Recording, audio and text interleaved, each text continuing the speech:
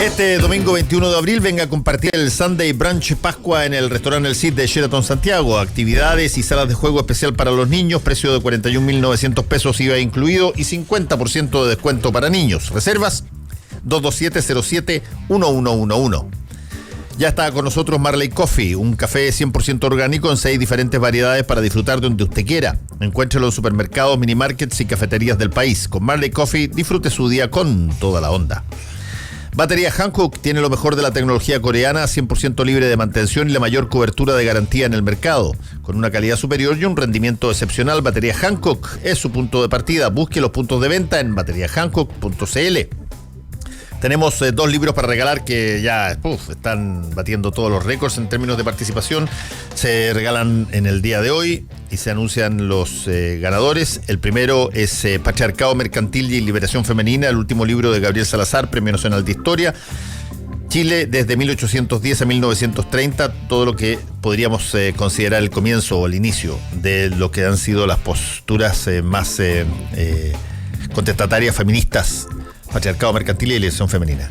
Y el libro que probablemente está número 1 en casi todas partes del mundo desde que acaba de salir hace poco tiempo, Sodoma, Poder y Escándalo en el Vaticano, de Frédéric Martel.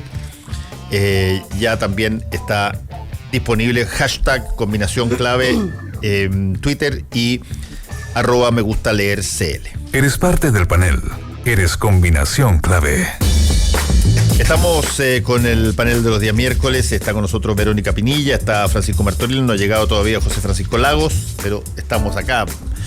Pancho Martorell con un look de... Nuevo look. Claro, es como huevo duro. ¿Te acuerdas tú el personaje de Condorito? Bullying. Bullying.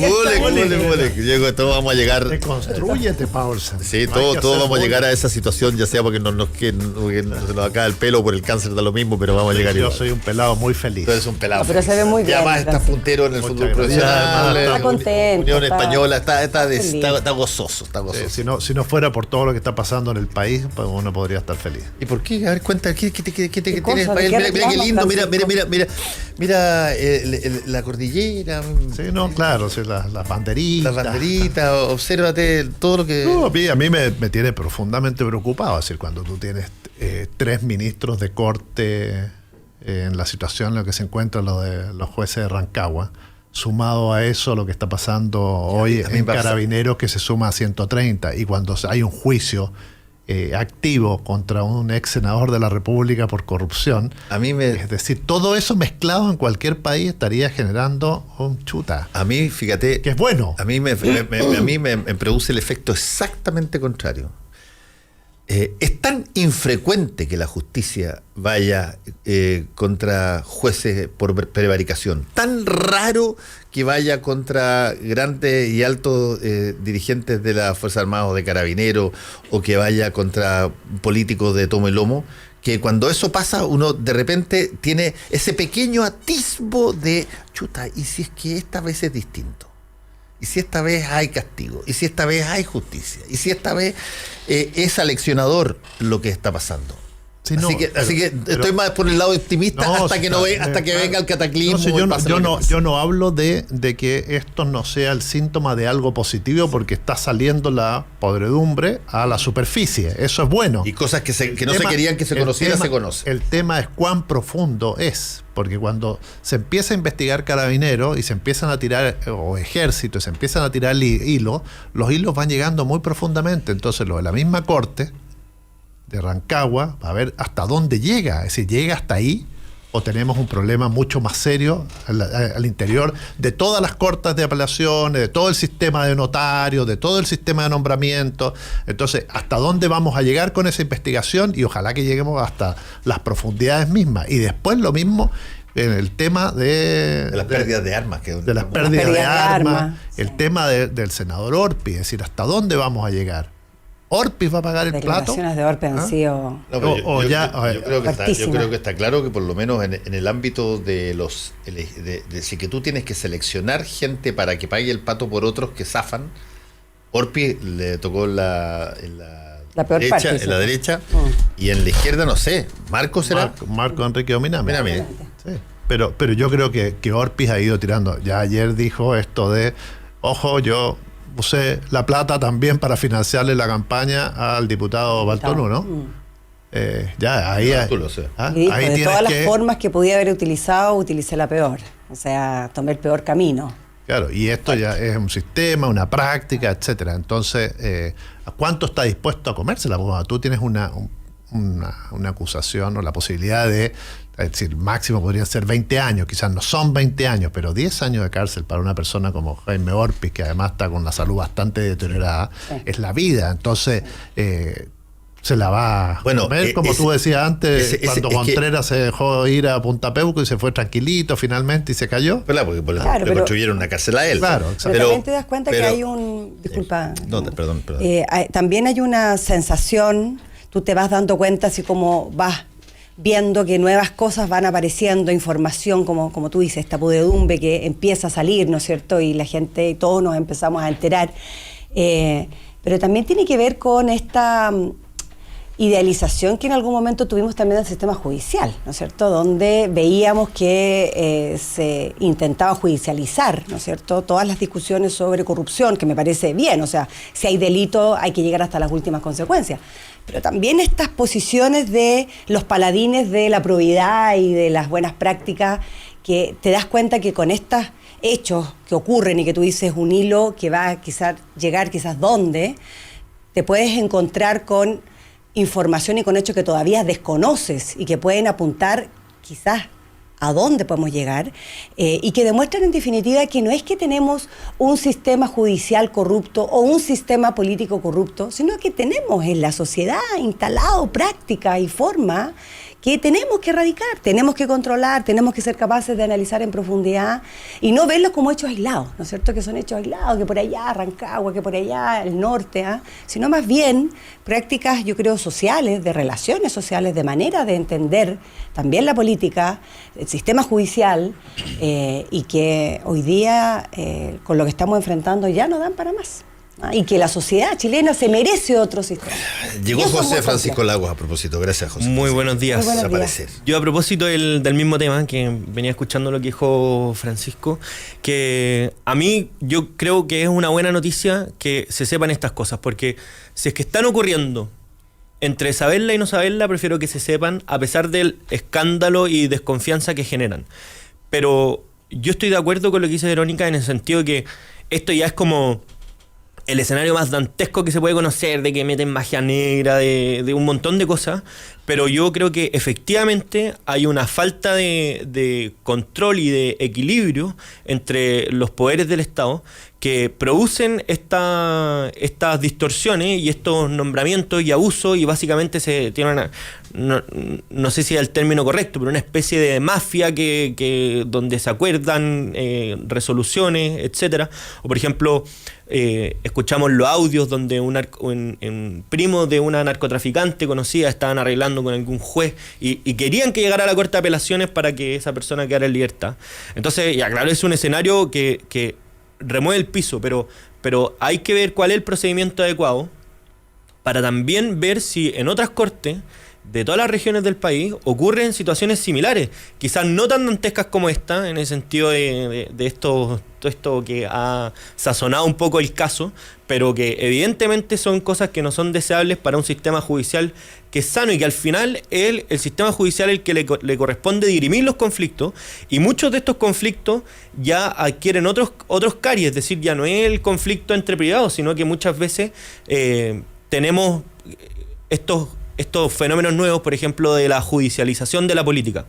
Bueno, ¿cuál es el nuevo rol de los jueces que tienen con respecto a cosas políticas? O, por ejemplo, la judicialización de derechos, por ejemplo, esto que vemos de la decisión que ha tomado las Cortes de Apelación en relación al alza unilateral de la ISAPRE, que es una decisión, en principio, que debería ser política, que se está decidiendo en los tribunales. Entonces, es una cuestión que es mucho más profunda de cuáles son las implicancias que podría abarcar, y que independientemente del caso concreto, creo que la situación, no hay ninguna razón, y aquí esto es presumir mala fe, pero no hay ninguna razón para que tampoco esto pueda pasar, porque no hay ningún control de los mismos cortes de apelaciones. Eso es lo que uno se pregunta, ¿dónde están los controles? No, pero por eso te digo, Pancho, que estén pasando este tipo de cosas y que estén siendo transparentados y generados a través de la justicia, por lo menos en términos del inicio del proceso, es novedoso, porque este tipo de cosas generalmente quedan ocultas, o no se saben, o se arreglan de otra manera antes de que salgan a la luz pública. Lo mismo por lo que puede estar pasando en el regimiento número 6 de Chacabuco, que ayer la noticia era de que habían sido asaltados una serie de conscriptos y resulta que parece, según lo que están diciendo, que los conscriptos inventaron un asalto y inventaron una cosa para robarse las armas. Era bien raro. Un primo me decía, pero ¿cómo? Es decir, conscriptos armados vienen a asaltarlo y en vez de disparar al aire, es decir, no se muevan, no entregan la arma, es decir, estamos invádanos, tenemos un ejército que entrega la arma a los asaltantes. Bueno, pero los soldados que fueron asaltados, los que fueron asaltados, uno tiene una herida en la cara y el otro un corte en un muslo, pero fueron detenidos porque no calzaban los testimonios y parecía raro, y finalmente se encuentra una de las armas robadas en manos de uno de los soldados que dijo que se las habían quitado. Y esto puede terminar en un vuelco brutal, donde el tema de las armas que se pierden ha sido un tema que han puesto en tabla justamente en estos días. Y ya lo puso el comandante en jefe del ejército también, que dijo que aquí estaban nutriendo de armas a los narcos y que habían procesos en esa materia. Sí, yo en ese sentido, Fernando, estoy de acuerdo contigo. Esto es bueno, es muy bueno. Pero ¿sabes qué? Como estas cosas sabemos cómo empiezan y sabemos cómo muchas veces terminan, lo que temo es a esa desafección que se produce en la ciudadanía respecto al aparato estatal y en general a la democracia, a las instituciones republicanas, cuando ocurren cosas como esta. Y esa desafección es la que no sabemos hacia dónde nos lleva. A países esta desafección, cuando tú empiezas a ver que hay mucha corrupción en la política, que hay corrupción en la justicia, que hay... Entonces, ¿qué haces tú? Empiezas a actuar de una manera distinta, o te conviertes en antidemócrata, o no vas a votar en las elecciones, o te importa un comino cómo funciona tu municipalidad, y al final el Estado es capturado, que es lo que creo que nos pasó, por gente para hacer buenos negocios, para salvarse en 2, 3, 4 años, para enriquecerse y decir, ya, mira, voy a pasar por la función pública y voy a salir jubilado de la función pública, con una buena pensión. En realidad se va a comprar un par de casitas, familias completas que vemos que crecen y crece su patrimonio. En ese marco, cuando la sociedad ve eso, se desafecta de las instituciones democráticas. Y esa desafección nos puede llevar a salidas a lo Bolsonaro, salidas a lo Trump, o salidas hacia dónde. Entonces, ojalá que en estos casos no terminemos en clase de ética. Porque ahí el problema de lo que dice Francisco también es que la frontera es muy delgada entre... A mí me gusta verlo como una quimioterapia, que efectivamente es un problema grave y esto se produce en la desafección. El cambio de look no es por quimioterapia, está diciendo Fernando aquí. Claro, esta desafección es un poco cuál es el remedio que se está aplicando, pero en el fondo se hace porque el futuro es esperanzador y que confiamos en que se puede arreglar. Pero la frontera también está en que el remedio termine siendo peor que la enfermedad, y cuando esta desconfianza se generalice y pase un poco lo que ha pasado en muchos otros países de Latinoamérica, que las instituciones se privatizan indirectamente. ¿En qué sentido? En que, por ejemplo, en México, cuando la policía dejó de funcionar, en vez de que institucionalmente mejorara la policía, las personas con recursos que hicieron contrataron guardias de seguridad, y los que hiciera la policía les dio lo mismo, y vemos una de las policías con más niveles de corrupción en el mundo. Precisamente esos fenómenos pueden pasar, y esa frontera es una delgada línea que se está cruzando permanentemente. Entonces, yo creo que ¿cuáles son las soluciones o las posibles como límites que puede poner la política para que efectivamente sea una quimioterapia y un futuro mejor institucional? Es que las reglas se fijen desde ya, pero siempre estamos respondiendo como a los casos contingentes, es decir, cuando salen estas cosas que son escandalosas, pero falta que Chile juegue más al ataque en el sentido institucional. En algunas cosas lo hemos hecho, pero en la gran mayoría estamos jugando, tapando los goles que no está... Que justamente lo que tú estás mencionando, y para mí es el centro de la preocupación, que este tipo de casos de corrupción ¿no es cierto?, de faltas de probidad o faltas a la integridad o opacidad en la toma de decisiones y en las actuaciones de las diferentes instituciones que de alguna manera se relacionan o están relacionados con el ciudadano y con el chileno y la chilena común y corriente, como todos nosotros, tienen que ver con cómo la política resuelve, administra y busca una solución a cada una de estas problemáticas. Entonces, cuando nosotros vemos que un espacio que es la política, desde donde se deben resolver y debatir acuerdos nacionales o acuerdos importantes que tienen que ver con estas problemáticas, ¿no es cierto?, con esta falta de probidad, que como lo hemos mencionado en estos programas anteriormente, la corrupción es la que hoy día da vuelta los gobiernos, los estados, las ciudades, los territorios, tampoco está a la altura porque estamos en una discusión y en una falta de capacidad de poder llegar también a sus propios acuerdos internos en las coaliciones. Vemos que, claro, para el ciudadano común y corriente dirá, bueno, si la misma política no se pone de acuerdo y no busca controles adecuados y decisiones adecuadas para poder resolver estos otros conflictos, bueno, ¿a dónde vamos a llegar? En el caso de los conscriptos, si los conscriptos ven que el ejército ha estado faltando a la probidad y con casos de corrupción en los últimos 10 años, que se roben una arma no es nada. Exacto, entonces, ¿qué le decir la misma autoridad a ellos? Hay un viejo proverbio árabe tema ético muy complejo, muy complejo. Decía Alejandro Ales, exministro, era una persona que citaba mucho proverbios árabes. Yo anoté, yo trabajé harto con él, anoté un montón de esos proverbios árabes, los tengo anotados y son muy buenos. Y decía que hay un proverbio árabe que dice que cuando los súbditos ven al jeque, ver al jeque robarse una naranja de huerto ajeno, se sienten autorizados a robarse todo el huerto. Y por lo tanto,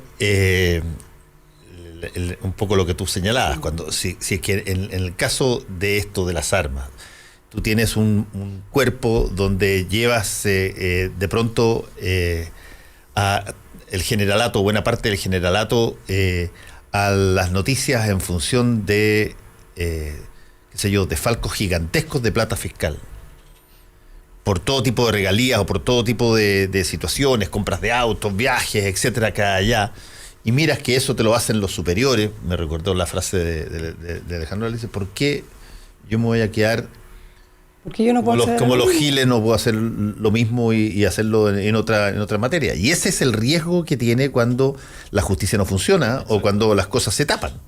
Y cuando no somos capaces de controlar las ISAPRE y cuando no somos capaces de controlar las alzas sin justificación de las grandes empresas que finalmente el ciudadano común y corriente les paga mensualmente en sumas diferentes y variadas formas, eso sucede y por eso es importante que el gobierno, independiente de donde sea, tenga la capacidad de poner un freno a este tipo de cosas. Y cuando ves que eso no sucede, entonces claro, ¿en quién confías? Yo me estaba acordando, por ejemplo, ahora, ¿se acuerdan? Hace menos de un año la Municipalidad de San Ramón fue la que saltó a la palestra, sí, pues, por sus vinculaciones con los narcos. ¿Y? Claro, el alcalde socialista. ¿Sí? Alcalde. ¿Y quién está alcalde? El mismo. Sí, el mismo. ¿Pasó algo? Por eso te digo que la cosa es... O sea, ¿cuál es el cuestionamiento? Por eso es que es tan grave que la justicia en Chile para determinados sectores, lo equivalente a los jeques, llamemos, pase un tiempo y después se diluya en nada o en casi nada. Porque la lección que tú sacas es que, oye, esta cuestión no solamente funciona para un solo lado o para el otro, pero la forma en que si tú quieres progresar y no eres de esos que fueron tocados con varita mágica o con cuchara de plata, bueno, es que, ¿por qué no hago lo mismo? Claro, ¿no? Y si además mi denuncia no llega a ninguna parte, si la Corte de Rancagua, ¿por qué no la Corte de San Miguel? ¿Por qué no la Corte de Santiago? ¿Por qué no la Corte de Talca? Es decir, Bueno, esperamos que eso no se cómo repita. empezamos a generar los controles, porque en el fondo sabemos que la corrupción es inherente en parte al ser humano. Es decir, no hubo frase más desafortunada en esta transición a la democracia que la de Enrique Krauss en el año 1991, cuando dijo Chile es un país inmune a la corrupción. Me acuerdo, me parece que fue el titular de la revista Análisis. Me acuerdo perfectamente. Y uno decía, pero ¿cómo puedes decir inmune? Es decir, ¿qué país es inmune a la...? Durante muchos años estuvimos primero en los rankings, igual que Costa Rica. ¿Se acuerdan? Costa Rica, que estaba primero en el ranking en América Latina, el país más limpio, de repente 3 presidentes estaban presos. Claro. Y además, el país que decía, mira, es que eso es por obra de que no tiene ejército. ¿De acuerdo? Claro. Sí, además se vinculaba con eso. De repente todos los expresidentes presos. Entonces tú dices, no, aquí hay que poner controles, fiscalizar, sancionar. Y cuando eso ocurre, obviamente, y las penas tienen que ser draconianas, es decir, no esta cosa de clasecita de ética, el Adolfo Ibáñez, además por ahí se les convierte en una oportunidad de negocios, como decía por ahí algunos, bueno, sí, presentable, claro. Bueno, pero el caso es que ayer, una vez más, teníamos una noticia. Ayer hubo 2 de esas noticias que dieron vuelco. La de las armas y la de la democracia cristiana. Sí, claro. Nuevamente. con la reforma tributaria. Esto es como un déjà vu lo que está pasando. Con la pero fíjate que es interesante porque yo lo conversaba con Mirko y con Héctor Cosio en el mostrador en La Clave. Yo no tengo nada con que alguien varíe ideológicamente su postura y se alinee determinada con... Porque tú tienes todo el derecho a cambiar posiciones, tanto en lo personal como en términos grupales, y bueno, se te juzgará o se te evaluará de acuerdo a qué tanto se cree de que cumpliste acuerdos y qué tanto se te confía de nuevo, da lo mismo. Si la duda que existe es ¿dónde está el beneficio? La democracia cristiana dice que el beneficio está en que ellos introdujeron variables en la reforma tributaria que van a hacer que la reforma tributaria sea extraordinariamente buena. O mucho mejor de lo que la habían presentado. Pero quién sabe, es porque las oportunidades de negociación en política se dan en escasas oportunidades donde de repente alguien puede exigir algo a cambio de 2 votos que son trascendentales para que el gobierno pueda mostrar logros en algo sustancial. Hasta ahora no había mostrado logros en prácticamente nada. Tenía un desempleo alto, tenía una mayor inflación, no había producido un crecimiento como el que había anunciado, no había ninguna de las grandes reformas materializada. Había tenido el crimen de Catrillanca, tenía la salida de 2 o 3 ministros, se están mencionando de que probablemente pronto va a haber un cambio de gabinete, donde puedo mostrarle a mi gente de que esta cosa avanza, y para eso necesito que me apoyen de la oposición, porque la misma gente, la misma ciudadanía que dio el poder, le entregó el poder al gobierno de Chile Vamos y al presidente Piñera con amplia mayoría, le dio a la oposición la mayoría en la Cámara y en el Senado. Y por lo tanto, ¿cómo muestras cosas? Tienes que convencer a alguien y ceder, okay, y por lo tanto ya. Esta es una primera señal de que parece que aquí hubo algo que no sabemos, o conversaciones que vamos a tener que enterarnos más adelante, de que se dio a cambio de 2 votos demócrata cristiano. Bueno, en las conversaciones que por lo menos yo he tenido con los partes de integrantes de la Cámara y personas cercanas a lo que fue esta discusión, la oposición, considerando que el año pasado fue un año muy difícil para la oposición, donde no se logró ningún acuerdo mínimo y por lo tanto el gobierno jugó solo, no había ninguna capacidad de controlar ni poder a lo mejor ahí hacer un frente de oposición real. Este año se intentó y se había intentado durante muchas semanas que la oposición se reuniera permanentemente para poder acordar ciertos mínimos básicos respecto no solamente a la reforma tributaria, sino además de cuáles iban a ser los temas importantes para enfrentar el gobierno y asumir esta oposición de manera un poquito más cohesionada. La llegada incluso de la invitación del presidente de la República para conversar con los presidentes, yo creo que también se hizo en este marco. Ya los presidentes de los partidos y los mismos diputados y las mismas bancadas se reunieron, conversaron, hubo una especie de acuerdo. Hace un par de semanas, incluida la Democracia Cristiana, sacó un documento de acuerdo mínimo respecto a cómo se iba a enfrentar este año, y a mí me parecía que más allá de lograr acuerdos y resultados concretos, porque eso es muy difícil que ocurra en una oposición que está pasando por momentos muy difíciles, sí tú tenías acciones y gestos importantes que demostraban, ¿no es cierto?, por lo menos intención de la oposición de llegar a un mínimo común. La mantención de Lorenzini en Hacienda, yo creo que demostró además el gesto por parte de la oposición de que se siguiera discutiendo hasta la reforma tributaria y que la DC asumiera ese rol. Entonces, no es que aquí la DC no tuvo un apoyo o no tuvo partidos al frente que no lo escucharon. Yo creo que muy por el contrario. Desde el Frente Amplio hasta la Democracia Cristiana hubo ese esfuerzo de definir en conjunto, no fue solamente acuerdo de la Democracia Cristiana, sobre qué otras cosas se podían imponer o poner en la mesa para la discusión de la reforma tributaria. Ahora, sobre si había o no había espacio para legislar, se sabía que igual se iba a legislar sobre la reforma tributaria. Eso era obvio que iba a ser así. Pero lo que la oposición quería era presionar al gobierno para que el gobierno obviamente incorporara elementos que parecían relevantes hacerlo, ¿no es cierto?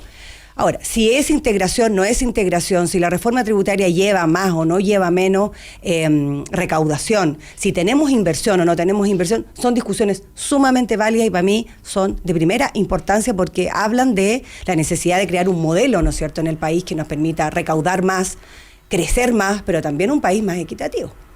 Pero aquí yo creo, Fernando, que la discusión es otra. Acá lo que hace la Democracia Cristiana, lamentablemente, es cuestionar y poner en foja cero el esfuerzo de llegar a un acuerdo. Porque acá, ¿cómo tú instalas una discusión con confianza, una mesa, una coalición con mínimos comunes si es que siempre tienes el dilema del prisionero y es la Democracia Cristiana la que sale y dice, bueno, aquí yo rompo el acuerdo porque quiero llegar a ser un partido bisagra o tener esta etiqueta de ser articulador, si el costo es que finalmente tienes una coalición que no cree en ti? Entonces, yo creo que es muy complicado lo que está ocurriendo. Es complicado, primero la discusión de la reforma es complicada, pero la Democracia Cristiana se pone, y con esto termino, en una posición muy compleja para la propia coalición. Porque ¿qué coalición? Bueno, la oposición.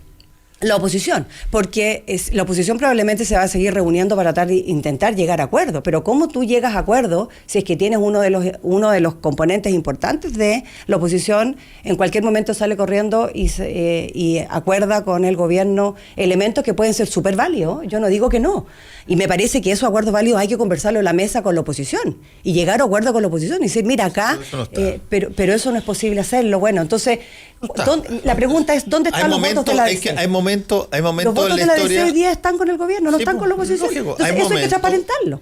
Pero ¿qué te parece más transparente que lo que pasó ayer?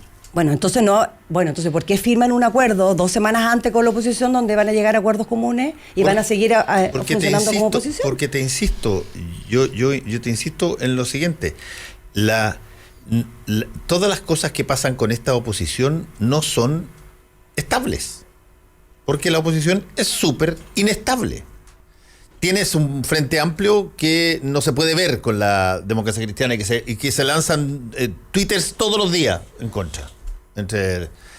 Tienes a un Partido Comunista que con el PPD y con el Partido Radical no tienen ya ningún interés ni de hacer ningún tipo de coalición. Lo que tienen es su condición de ser opositores todos al gobierno del presidente Piñera. Y lo que se está viendo es justamente cuáles son los límites en que están dispuestos a actuar por vía propia y cuántos son los límites que están dispuestos a actuar en consumo. La Democracia Cristiana acaba de decir, mira, respecto de este tipo de cosas que tienen que ver con los tributos y que de alguna manera estamos mucho más de acuerdo con el gobierno que en desacuerdo, nosotros actuamos por vía individual, no por vía conjunta. Y chao. El problema no es El problema, eso el solamente. problema es la saber, forma, el problema es Fernando. saber, Verónica, y eso es una pregunta que yo vengo haciendo, es si eso le llevó negociación, que vamos a ver en los próximos días, si que hay algo de eso, o solamente fue el intento de mejorar un proyecto para que ojalá saliera mejor y uno tuviera una relevancia superior en materia de haber podido llevar adelante esa cosa. O sea, es que además, perdón, que la democracia cristiana se jugaba muchas cosas en esta negociación que yo creo que va más allá del acuerdo en concreto que tenga con la inexistente coalición de oposición o con las oposiciones. Sobre todo porque se juega un rol de este sentido de bisagra, pero también de autonomía, es decir, cuando el proceso legislativo se adelanta, porque tú, Verónica, dijiste que era claro que la idea de legislar se iba a aprobar, y yo creo que no haya nada más incierto que esa posibilidad, precisamente por lo que estaba señalando las oposiciones, y el acuerdo de las oposiciones era precisamente no legislar y rechazar el proyecto de la discusión misma, sino que ponerse en la idea de legislar, y eso tiene consecuencias como, por ejemplo, que no se pueda legislar por la misma materia durante un año, y eso es como matador, por así decirlo, para el gobierno en esta materia al menos. Por tanto, la democracia cristiana, se ponía en una incertidumbre que define cuál va a ser su rol en el futuro. Sobre todo cuando habían elementos técnicos de parte de la misma izquierda. No sé, yo escuché las declaraciones de Oscar Landerreche que eran suficientemente razonables para pensar que había espacio para negociar y que de entendimiento por una materia en concreto. Siempre hay. Sí hay. Sí, Yo pero también Francisco, creo que hay. Pero Siempre había, hay. pero cuando la disyuntiva es nos oponemos a todo o entramos a negociar, cuando la decisión de las oposiciones Es que no hay. rechazar la idea de legislar, No existe, José Francisco, te dejan concepto. offside. Saquemos cosas que no existen. No existe la frase ni el concepto de nos oponemos a todo. No existe. No, pero en este caso Entonces, no lo había digamos alternativa. porque Pero es que estamos en este caso no había alternativa. Claro que hay alternativa. ¿Cuál era la Francisco, alternativa en este caso? Espérate, sí. Lo que pasa es que eso... De hecho, la democracia cristiana dice que encontró una alternativa, que introdujo variables por su cuenta propia, sin Solo. decirle a los demás, solo con el gobierno. Pero que no está de acuerdo con las No. oposiciones. Lo que pasa es que esa alternativa que ustedes llaman obstruccionismo es parte del juego legislativo. Y en el juego legislativo tú tienes dos opciones. Cuando rechazas la idea de legislar, en el fondo lo que le estás diciendo al gobierno, este proyecto, como usted lo está enviando, no lo vamos a aceptar, pero antes de enviarlo, antes de concretarlo, antes de votarlo, lleguemos a un acuerdo para que entre y lo conversemos bien. ¿Por qué? ¿Cuál es el tema de la idea de legislar? Es porque el presidente, finalmente, el gobierno, el Poder Ejecutivo es el que te imprime, una vez que entraste con la idea de legislar al Congreso, te imprime el juego, te imprime la característica, la rapidez, te puede cambiar las cosas, hay indicaciones sustitutivas, te puede forzar determinados puntos.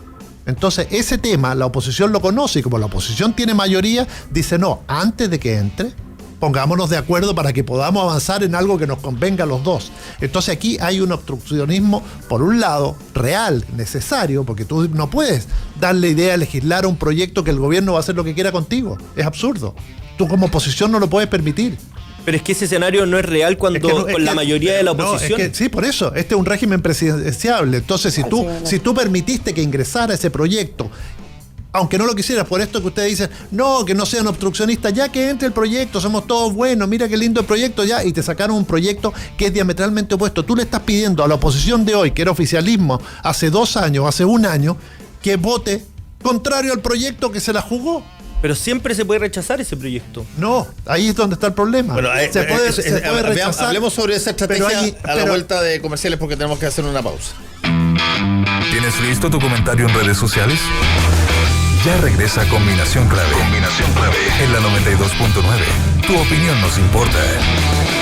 Justo al mediodía, de lunes a viernes, Cónclave Deportivo. Entregamos fútbol primero que todos. O sea, yo podría entender que un técnico ve puros jugadores malos y dice, ya, defendamos, ya, voy a adecuar a esto. Rotemos la pelotita, hagamos Pero es que con Aranguis, con Vidal, con Pulgar, con Hernández. Medel no es de los que habla para la galucha, para dejar tranquilo a la gente.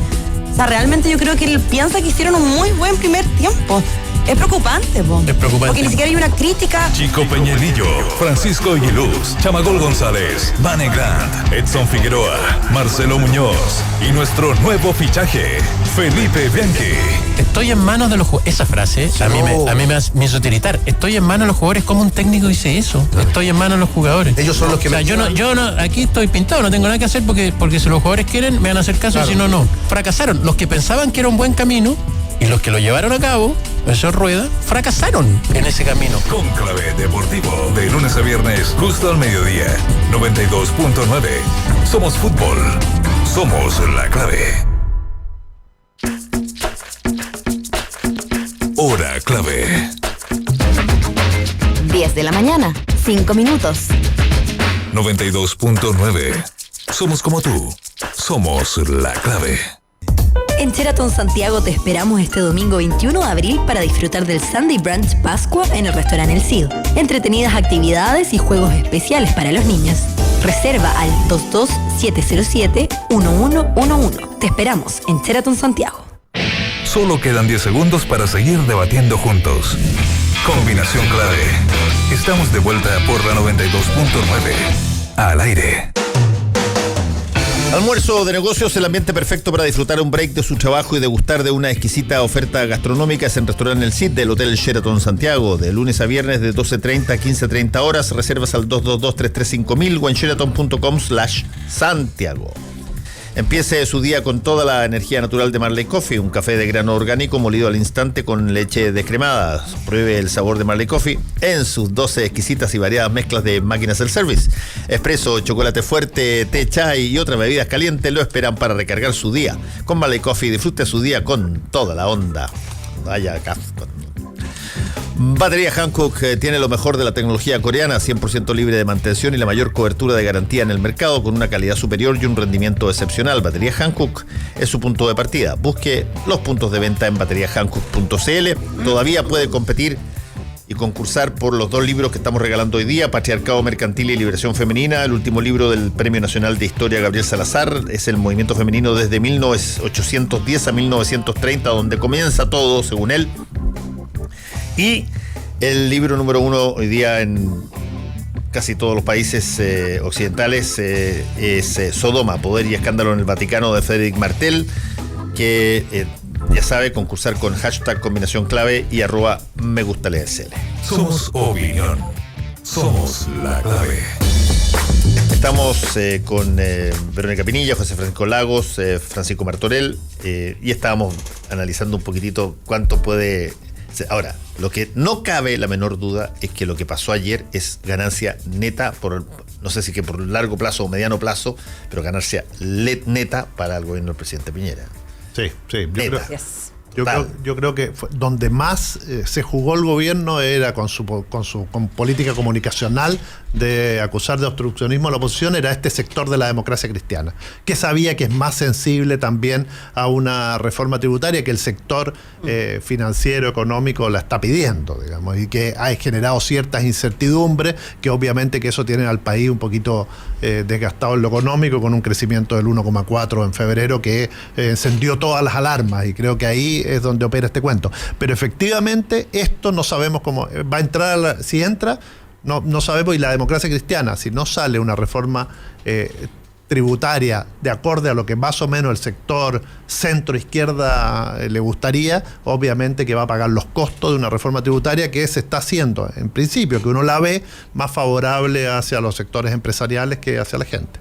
Yo, estando de acuerdo en que fue una victoria para el gobierno, también tendría ojo con algo, que es qué está pasando en la centro-derecha en relación a esta materia, pero también yo creo que lo vamos a ver cada vez con más frecuencia, y es que hay una especie de división, pero que no está marcada institucionalmente, pero de voces. Por ejemplo, vimos algunas entrevistas el fin de semana en cuanto a que decían, oye, mejor con esta idea de reforma tributaria es mejor no seguir con la idea de legislar y sacar, por último, mandar un proyecto que nos acomode, poner a la oposición en el pizarrón y básicamente pasarle los costos de este rechazo.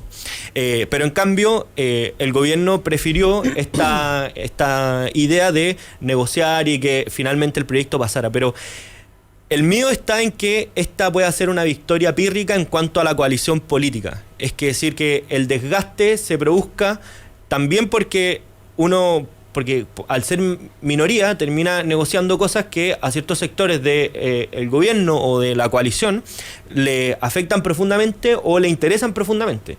Y esa cuestión hay que ser muy cuidadoso porque el gobierno también está en una frontera nuevamente que es bien complicada. Porque por un lado está la realpolitik y la democracia de los acuerdos, que es muy necesaria, sobre todo en el escenario parlamentario que existe, pero también hay una cuestión de expectativas que se generaron a propósito de la victoria que tuvo el presidente Piñera con 54% de los votos, que era una cuestión apabullante y que era un discurso muy claro, que no daba a entender este escenario, y por tanto algunos sectores de la misma coalición se podrían sentir un poco, no sé si pasaba a llevar, pero poniendo ojo. O sea, vimos la entrevista, por ejemplo, del expresidente del Banco Central, vimos lo que dijo el senador Alamán el fin de semana. Entonces, una cuestión que el gobierno tiene que estar ojo también, no solo porque por este intento de pesca de arrastre se te escapen tus propios peces. Y eso es una cuestión que es bien difícil, y también le pasó al gobierno anterior de la presidenta Bachelet. Sí, hay una discusión interesante, yo lo mencionaba hace un rato atrás, de si efectivamente la reforma tributaria del gobierno de la presidenta Bachelet obstaculizó o limitó el crecimiento económico. Y yo creo que eso es válido ponerlo en la mesa, y si se requiere una reforma para poder establecer mecanismos de facilitación de nuevas inversiones, me parece que está bien que esa discusión se haga. Yo creo que cualquier política pública y decisión económica es perfectible, obviamente. Me parece también que es absurdo rechazar la idea de legislar solamente por rechazarla, sino más bien es una estrategia para poder poner intereses sobre la mesa. Pero sí, lo que yo creo complicado, y aquí obviamente uno en mi caso me preocupa la intención de instalar una oposición que sea más interesante en términos de la proyección en el largo plazo, es que la postura de la DC hoy día probablemente les reditúa a ellos, ¿no es cierto? Porque instalan esta imagen de partido que no niega la sal ni el agua, sino más bien colabora, pero sí, yo creo que para el largo plazo es muy difícil construir de esa manera una oposición diferente. Creo que es muy complicado. Creo que es muy complicado para una oposición como la que tenemos hoy día pensar en incorporar o mantener buenos lazos con la DC, si la DC tampoco no resuelve dónde va a poner los votos. Ahora, puede hacerlo aquí o allá, dependiendo del caso, pero eso yo creo que hay que decirlo con anticipación. Lo peor es que tú te enteras en la hora de almuerzo que la DC llegó a un acuerdo en la bancada, y por la prensa te enteras que la decisión fue otra. Yo creo que ahí está más que nada el problema. Hay un problema de forma. Y yo creo que hoy día los temas de forma son súper importantes, sobre todo cuando hay una intención de instalar una oposición muy difícil, ¿no es cierto?, de instalar. Ahora, que la democracia cristiana instale propuestas concretas, me parece bien. A mí eso hay que discutirlo. Creo que es malo no hacerlo. Tampoco la reforma de la presidenta Bachelet fue la mejor reforma. Obviamente quedaron cosas en el papel. El otro día hablaba con Claudio Agostini me decía, el tema de la inversión quedó fuera. El tema de la inversión en la reforma tributaria anterior no fue finalmente discutido e incorporado como se debía en la reforma. Bueno, si es así, incorporémoslo, discutámoslo. Pero creo que hay un problema de forma que no es menor. Ahora, un punto con respecto a la coalición o la no coalición que existe, pero a las oposiciones, es que yo creo que lo de la democracia cristiana, en particular en este caso, no es que marque un punto de inflexión en relación a la relación con las oposiciones, sino que la relación de la democracia cristiana con el resto de los grupos se rompió hace mucho tiempo, con cosas mucho más graves que en este caso apoyar la idea de legislar del gobierno, sino que se rompió cuando, por ejemplo, llegaron candidata presidencial propia, o cuando decidieron no continuar con la coalición de gobierno después de haber sido gobierno. Es una cuestión que es bien, que por lo general une a las coaliciones. En el caso de la ex nueva mayoría la dividió. Y cuando hay sectores de la oposición que le están diciendo a otros sectores de la oposición, y esto parece paradójico y redundante, pero es real, le están diciendo, no sé, barbaridades, lo que decía Fernando, que lo atacaban por Twitter todos los días, o alguna vez cuando eran gobierno el Partido Comunista le dijo a la democracia cristiana que eran golpistas y retrógrados. Entonces, es difícil construir relaciones de coalición o de confianza cuando no es una cuestión que sea la democracia cristiana la que está provocando el quiebre, es una cuestión que han venido trabajando y han sido muy exitosos en eso. Oye, además, digámoslo con todas sus letras, y Mirko Macari lo dijo muy claramente hace un rato en el mostrador en La Clave, la democracia cristiana está mucho más cerca de este tipo de reformas tributarias que de reformas tributarias que sean de otra manera. Acuérdate tú que la reforma tributaria que presentó la presidenta Bachelet el año 2014 es una reforma tributaria que originalmente tenía un sistema integrado que incluía que se pagara por utilidades devengadas, independientemente de si que tú las invertías o no las invertías, y que después en lo que se denominó coloquialmente como la cocina de Saldívar se desintegran las cosas. Y hoy día tú tienes la presentación de un sistema que se busca integrarlo de nuevo por parte del gobierno. Y la democracia cristiana se allana a que eso suceda, distinto a lo que pasó la vez anterior, donde era más bien de desintegrarlo. Se allana a que eso suceda si es que se te dan determinadas condiciones y negocia directamente con el gobierno. Porque, creo yo, desde el punto de vista de los últimos años, desde el retorno a la democracia, más bien la tónica de la lógica impositiva está más cerca de esto que se propone que de lo otro. Bueno, y además todos los ministros de Hacienda desde el 90 en adelante se opusieron a esa reforma, además, a la reforma de Bachelet. Lógico. Por esto mismo que porque el modelo que se estaba defendiendo en términos impositivos era el que había acompañado a la concertación durante todo ese tiempo. Claro, lo que pasa es que el modelo económico con este sistema tributario no es acorde, y por eso quizás lo mejor sería sincerar al país hacia dónde queremos avanzar. Porque efectivamente esa es la discusión de fondo. Si queremos pasar un país más social, más integrado, más inclusivo, más cerrado, que dependa menos de cierto modelo socioeconómico liberal, es uno. Y para eso hay que tener mayoría y defenderlo. Si no, lo otro, que es el que plantea este gobierno, pero que no tiene la mayoría para imponerlo. Entonces, en ambos gobiernos quedamos un poquito en tierra de nadie, ¿no? Es decir, hasta por ahí nomás, en la medida de lo posible. En la medida de lo posible, final, estos cambios marginales.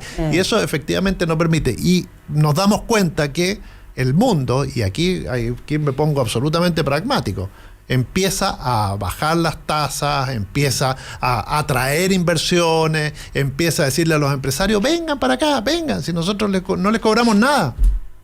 No les cobramos nada. Ustedes traigan sus lucas para acá. ¿Cuánto quieren pagar? El 10% fue. Claro, no, pero por ejemplo, los suecos están atrayendo capitales con un costo marginal, y le dicen, bueno, si lo que nosotros necesitamos es financiar pensiones. Y este señor nos puede ayudar para financiar 10.000 pensiones con su inversión y con lo que... Entonces, ese tipo de cosas, los peruanos lo están ganando. Entonces, yo creo que el mapa de incertidumbre que se genera con la primera reforma tributaria hace que todas las inversiones caigan, efectivamente. Eso ha seguido, y vamos a seguir en la incertidumbre, porque efectivamente todo esto de la idea de legislar, todo lo que pasa, que va a pasar dentro de la comisión, después cómo lo va a tratar el Congreso, tenemos para un año más, y efectivamente eso va a generar más incertidumbre en medio de un país que vemos que el crecimiento cae y que además asumió una serie de compromisos que debe cumplir. Entonces, cuando al ministro de Hacienda le faltan lucas, y eso lo saben los ministros de Hacienda anteriores, dice, chuta, a este ministro de Hacienda le van a faltar lucas para pagar la educación, para pagar la salud, y eso te genera un estallido en medio de esta cosa que hablábamos antes. 75 municipalidades que dicen que los narcos los tienen metidos en la oficina, todos los días disparando, todo este caos que parece que vive el país. Entonces, obviamente que hay que atacar este punto, porque lo que no puede faltar plata. Ahora, si falta la plata, chuta. El problema también ahí es temas de... Ahí nos complicamos. Temas de fondo que no se han discutido. Yo estoy de acuerdo con Francisco en que hay que sincerarlo y transparentarlo, y también aquí tiene como lo que se llama la pelea de las ideas, que encuentro que tiene un lugar que debe ser primordial, en el sentido de que hay cuestionamientos que se han hecho que son desde la línea pragmática y desde la línea de la idea. Pero un país que en 10 años modifica 10 puntos su sistema tributario, nosotros pasamos del 17 antes del terremoto del 2010, ahora un 27 en algunos de los tipos de sistema de la reforma tributaria del gobierno anterior. Bueno, una cuestión que cuando el mundo va para el otro lado, cuando la OECD va para el otro lado y cuando hay países que están haciendo, como Irlanda también, otro caso emblemático después de la crisis, que bajó los impuestos fuertemente, cuando Estados Unidos los quiere bajar en un mundo competitivo, bueno, son cuestiones pragmáticas que te hacen, bueno, ruido. Pero además, en el campo de los principios, bueno, hay cuestiones como que ahora se dan por hecho, y uno de los temas de esta reforma, de esta negociación de reforma, es que no se puede disminuir la recaudación. Y básicamente no disminuir la recaudación es no cuestionarse si es que el porte del Estado que existe en la actualidad es el que queremos o no. Pero a mí me parece que en los últimos años el Estado ha crecido de manera inorgánica, donde no hay una lógica detrás del crecimiento que ha tenido el Estado, y que además provoca problemas que tienen un gasto muy grande y elevado en funcionarios más que en los beneficios sociales que se le pueda dar a la gente. Y esa mezcla al final termina siendo matadora, porque cuando se crea un nuevo organismo público es imposible o muy difícil eliminarlo, pero Chile es un país muy chico que tiene más de 20 ministerios. Es decir, tenemos necesidades, ante cada necesidad un ministerio nuevo. Ahora son gobiernos y el Estado creció en 40.000 empleos más en el último año, en el 2018. Sí, pero también por distintas razones, pero creció 40.000, no disminuyó, no se equilibró. Entonces, y ahí hay un problema grave que yo creo que es una autocrítica. Claro, o sea, sí. ¿Qué pasa con esta derecha que decía, no, el Estado crece, y sigue creciendo cuando están en el gobierno? Y es más, yo no he visto que se bajen los sueldos. No han visto una rebaja de sueldo tampoco, y una rebaja de gastos tampoco. Pero, un gasto público que sube constantemente, y eso es grave. Porque efectivamente esto del... Pero no, es que depende si tú me dices que es grave. José Francisco. Lo que pasa es que ideológicamente la derecha se ha encargado de decir de que muchos de esos costos son trascendentales para que no se obtengan determinadas materias en otras instancias. Y no es verdad. No, sí es verdad. Por ejemplo, el equilibrio fiscal en cuanto a si los gastos están controlados con los ingresos del Estado, efectivamente para estas valorizaciones que te hace el organismo internacional en cuanto te van a prestar la plata, eso es una cuestión que es fundamental. Es decir, no es lo mismo un país que tenga superávit fiscal que un país que tenga déficit fiscal. Y nuestro país, después que termina el punto de equilibrio y ahora tenemos más déficit que superávit, evidentemente disminuye su valorización en el mercado internacional. Y cuando uno tiene una situación de déficit, la única alternativa, y que lo hizo el gobierno anterior y que probablemente lo va a tener que hacer este gobierno también, es salir a emitir bonos al extranjero. Y estos bonos ahora son mucho más caros que lo que eran antes, por una cuestión pragmática, que es que hoy día en Chile no controlamos nuestros gastos y estamos gastando más de lo que nos ingresa. Yo tengo la impresión de que en Chile siempre hemos sido más papistas que el Papas con las teorías económicas, con el superávit y el déficit. Siempre tenemos una obsesión con el superávit fiscal y con el déficit fiscal. Es como un fantasma que nos persigue, no nos deja dormir. Y eso nos lleva a la discusión sobre el porte del Estado y que el Estado tiene que ser más pequeño. Yo la verdad pongo en discusión y en cuestionamiento aquello, porque más que el rol, primero Chile no tiene un Estado grande, no tiene un Estado. Si tú lo comparas con el resto de los países de la OECD, no tiene un Estado grande, tiene un Estado... Para con cualquier país de América Latina. Un Estado pequeño, un Estado que además es eficiente. Si tú miras los costos, la eficiencia del peso que se pone en salud, en comparación con América Latina, es un peso eficiente, es plata eficiente. El cuestionamiento que nos tenemos que hacer hoy día, más si el Estado es grande o es pequeño, que yo creo que a esta altura es una obsesión absurda, es si efectivamente es productivo, si sirve, si los programas sociales hoy día están cumpliendo con los objetivos que se plantearon, si estamos reduciendo la pobreza, la vulnerabilidad, si la gente está viviendo mejor. Ese es el cuestionamiento que estamos poniendo hoy día. ¿Y el Estado tiene que tener más recursos? Claro que tiene que tener más recursos. Francisco lo decía, hoy día tenemos un Estado un poquito más garantista de lo que teníamos hace 20 años atrás, y exige más recursos, claro que sí, y en buena hora que sea así. Porque o si no vivimos el drama que estamos viviendo en el sistema de salud, que la gente se tiene que atender en el suelo, que no hay cama, que no hay una buena atención de salud, que la gente siente que no llega a tiempo, incluso el sistema privado tampoco es lo que esperamos que sea. Entonces hay crisis o hay situaciones de cuestionamientos mayores donde no los vamos a resolver con las antiguas fantasmas que teníamos en el siglo XX. Entonces, por lo tanto, solamente para cerrar, creo que más que si el Estado es grande o es pequeño, es si su forma sirve para lo que hoy día queremos. Déjame no plantearte sirve. un tema netamente ideológico de la centroderecha, que cada vez que hay reformas tributarias salta. Tú lo dijiste. Si es que nosotros le cobramos menos tributos a las empresas van a invertir más, que es la lógica de no cobrar tributo. Eso, me encantaría que me mostraras dónde está estipulado que eso es así. Pero imagínate que sea así. Yo te digo, si es que eso es así, si lo que necesita la empresa es plata para invertir y ojalá que eso genere una deducción y para eso necesitan pagar menos impuestos porque esa plata la puede utilizar de esa manera, ¿por qué no se hace al revés? Es decir, la empresa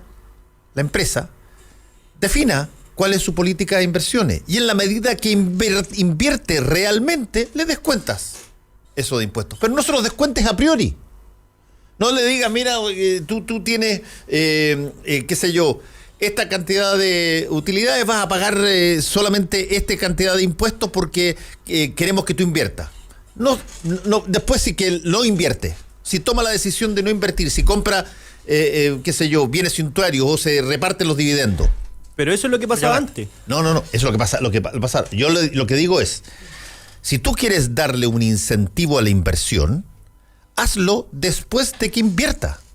Tú inviertes y te sale un certificado, ridículamente, un certificado, y te diga, yo invertí tanto, tú verificas eso y descuentas esos impuestos. Es el sistema anterior, cuando no se cobraba impuestos por las utilidades devengadas y no retiradas. Efectivamente. Eso era el FUT. Efectivamente. Sí. Y que el FUT lo que hacía, básicamente, es decir, yo te voy a cobrar cuando tú retires las utilidades y no cuando se devenguen esas utilidades, Sí, porque pero esa no era por inversión, era para todo orden de cosas. No, pues, pero si la plata está en la empresa, la única manera es invertirla en la empresa, porque no hay otro gasto posible si es que no es retirado. Es repartir dividendos. No, pues porque eso es retirar. Sí, pues, exacto. Pues, tú y ahí sí puedes retirar de las dos maneras, o repartes dividendos o inviertes. Es que ¿cómo se...? No, pues porque invertir no es retirar dividendos. No. Son cosas distintas. No, por eso te estoy diciendo. O sea, son dos formas en que tú puedes hacerlo. Tú tenías todas tus utilidades, ¿verdad? Sí. Y tú tenías las utilidades y tenías un FUT. Tú tenías la posibilidad de no retirar y guardarlas en una... Y por eso no se paga impuesto. Y por eso no se pagaba impuesto mientras tú no retiraras las utilidades, ¿ok? El sistema de utilidades devengadas, que es el que tiene algunos estados de Estados Unidos, es que tú sacas las utilidades y pagas por el total de las utilidades. Y lo que hagas con las plata es cosa tuya. ¿Qué es el sistema nuevo que tenemos ahora? No tenemos ¿Fue la utilidad reforma devengada para tributaria? todos. No tenemos utilidad devengada para todos. No, porque claro, efectivamente No existe tenemos utilidad una devengada. semi-integración. Pero el gran cambio que hace la reforma tributaria, cuando hace el cambio del FUT, precisamente, o la eliminación del FUT, es precisamente eliminar esa posibilidad. Eliminar la posibilidad de ya no cobrar solo por la utilidad retirada, sino que cambiarlo por las utilidades devengadas, independientemente de lo que se haga con esos recursos. Y es el problema de inversión que hoy día enfrentamos, que es que básicamente las empresas van a pagar en las mismas condiciones si deciden invertir o si deciden retirarla. En cambio, con un sistema integrado, lo que hacen es que no solo integrado, sino que además que vuelva un mecanismo similar al que teníamos antes, es que ese pago de impuestos no es que las empresas lo van a evadir o eludir, sino que lo van a postergar su pago. Y la contraprestación es que esos recursos van a estar siendo invertidos en la empresa. Que la inversión propiamente tal, el beneficio que tiene es que va a generar más crecimiento, más trabajo, y por eso, en el fondo, hay un beneficio social y por eso es deseable que el Estado lo regule o privilegie esa inversión. Pero a mí me parece que esto es como las sabanitas cortas. La tiramos para arriba para taparnos la cara, se destapan los pies. Estamos permanentemente en eso y no estamos pensando en otras cosas básicas del país. El cobre, por ejemplo. Una vez más, nuestro vilipendiado mineral pasa desde, ¿se acuerdan esa famosa frase? No tenemos un puto peso, a que le fue un poquito mejor. ¿Por qué no empezamos a ver qué está pasando con nuestra gran empresa, que es la que genera dividendos? Porque si dependemos mucho de la inversión extranjera, obviamente que aquí lo que vamos a tener es otros países que van a ser siempre, en algún determinado momento, más rentables o mejores para llevar la plata. Pero nuestras condiciones, nuestras posibilidades no las enfrentamos como debiéramos. Codelco debiera ser una empresa que tendría que estar invirtiendo en 4, 5, 6 yacimientos fuera del país. Una empresa grande como BHP, como Outokumpu, la finlandesa. No, está metida acá dándonos poquito, y lo poquito que nos da, además hay que dárselo a los militares para que paguen sus pensiones. Entonces, ahí hay un debate de fondo para decir, ya, de aquí vamos a sacar plata. ¿Qué va a pasar con nuestros productos? Las viñas hoy día están con problemas porque empiezan a vender menos a los mercados europeos que están en crisis. Y así los productos agropecuarios. Pero además tenemos que enfrentar una serie de cuestiones y nos quedamos en esta historia de la reforma tributaria. ¿Cómo le sacamos a uno o otro? ¿O se lo sacamos a la gente de su consumo diario? ¿O se lo sacamos a la empresa de cuando recién está empezando? ¿O se lo sacamos a las pymes? Pero es que es muy importante. Y el tema país es, vamos a seguir con las sabanitas cortas. Pero es que es una discusión demasiado relevante, porque hoy día las pymes están compitiendo. Es tan relevante que nos damos el lujo de cambiar cada 4 años el sistema tributario. Bueno, precisamente, ¿eso es lo relevante o esa es la ineficiencia? La ineficiencia que no nos ponemos de acuerdo de cuáles son las reglas mínimas que deben manejar a un país del siglo XXI en América Latina con vista al siglo XXII. Ese es el tema. Estoy de acuerdo, pero lo demás es provecho corto. Le doy 2 votitos, le doy a Lorenzini a esto y usted me da esto y otro. Usted no, yo voto por aquí, quiero esto. Póngale por acá el food, sáquele por acá. Vaya a tener un nuevo puente en la región de Lorenzini, vaya a tener un par de cosas más y ya teniendo un voto. Y el próximo gobierno, después de la próxima elección, que va a ser a 7 bandas con candidatos que van a sacar el 12, el 15% para pasar a segunda vuelta, vamos a tener otra reforma tributaria. Pero es que es un tema que es importantísimo y además hay visiones muy encontradas, pero hay una cuestión real, que es que hoy día las pymes están compitiendo pagando el 25% de impuestos versus empresas que en algún tiempo pagaron el 17%. Y esa cuestión es desleal. Es una cuestión que no es competencia pareja. Si tú tienes razón, José Francisco, que hay que hacerle ajustes a la reforma tributaria. Son los aspectos ideológicos los interesantes para un gobierno y para otro. Claro. Los aspectos ideológicos son los interesantes, de cómo tú consideras que hay que darle estímulos a determinadas empresas para que inviertan, para que produzcan crecimiento, sobre la base de pedir, de asegurarles que pagan menos tributos. Y eso, que es una situación que tú perfectamente la podrías medir exactamente si es que la empresa te dio el resultado que tenía, y por lo tanto, si es que no te lo dio, si es que no esa inversión no redundó en un mayor beneficio, súbele los tributos o castígala con algo. Pero no, Pero es que era el sistema anterior y que lo cambiamos, pero antes la empresa extranjera solo pagaban si retiraban del país los recursos. Ahora los pagan en cualquier caso. Sí, lo que pasa es que la reforma tributaria lo he hecho bastantes años antes, cuando estábamos en otra etapa económica. Tenemos que irnos y le agradecemos a Verónica Pinilla, José Francisco Lagos, Pancho Martorell. Almuerzo de Negocios, el ambiente perfecto para disfrutar un break de su trabajo y degustar de una exquisita oferta gastronómica en el restaurante El Cid del Sheraton Santiago, de lunes a viernes de 12:30 a 15:30 horas. Reservas al 222-335-1000 o en sheraton.com/Santiago. Volvemos. Conéctate a la web y sigue el debate por Twitter en @Radio La Clave. Ya vuelve Combinación Clave, solo por la 92.9.